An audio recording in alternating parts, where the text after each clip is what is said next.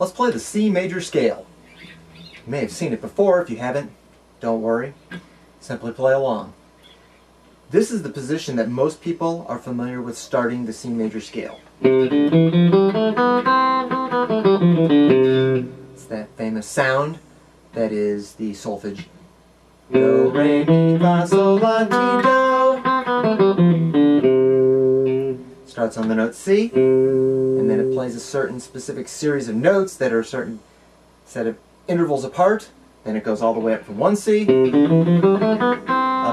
to the next C, the next octave, and then back down. So, why is that the C major scale? Let's have a little bit closer look at it. In our intervals lesson, we learned that we change the notes of the guitar by playing different frets, and that certain notes are certain intervals and distances apart that we can measure all along one string.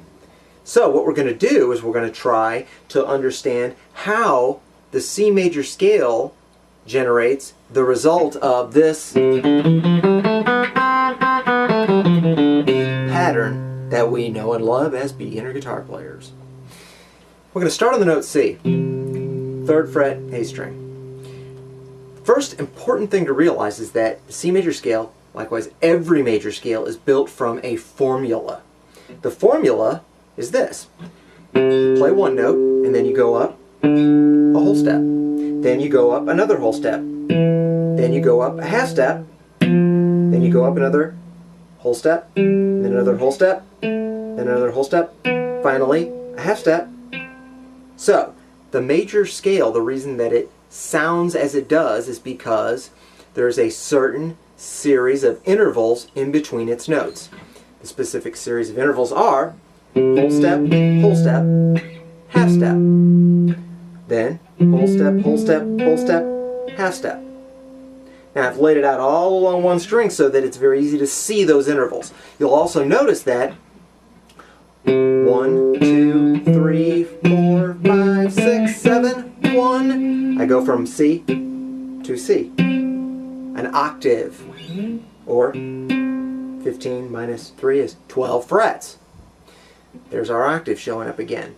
Now, what I want you to notice especially is that this yields the result of C, D, E, F, G, A, B, C.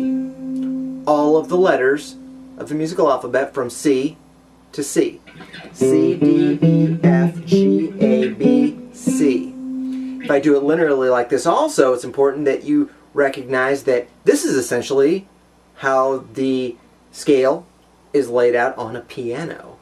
This is mimicking the series of white keys that you see on a piano. So that the C, D, and E, those are the 3 white keys that are next to one another with 2 black keys in between, sharp and flat. Then the E and the F are 2 of the white keys that are next to one another. Starting at that F, then you have a F, G, A, B, and those are the 4 white keys that have 3 black keys, the pattern of 3 black keys, 1, 2, 3, in between them. Then the B and the C are next to one another, and that's where the pattern starts again. So, the major scale sounds the way it does, and it's shaped, formed on the guitar and the piano the way it is because it is this formula. 1, whole step to 2, whole step to 3, half step to 4, whole step to 5, whole step to 6, whole step to 7, and then half step to 1 again, or to 8, the octave. That's where the term octave comes from, is 8. So, you have these intervals. A 1, the 2 is whole step up, another whole step up is the major 3, then a half step up is the 4, whole step up, the 5, another whole step up, the 6, another whole step up, the 7, and then half step up, the octave. The major scale is a series of whole steps and half steps. All of the notes are whole steps apart except for 1, 2, 3, the 3 and the 4, 4, 5, 6, 7, the 7 and the 1. The C major scale. 1, 2, 3, 4, 5, 6, 7, 1. 1 7 6 5, and then 4 3 2 1.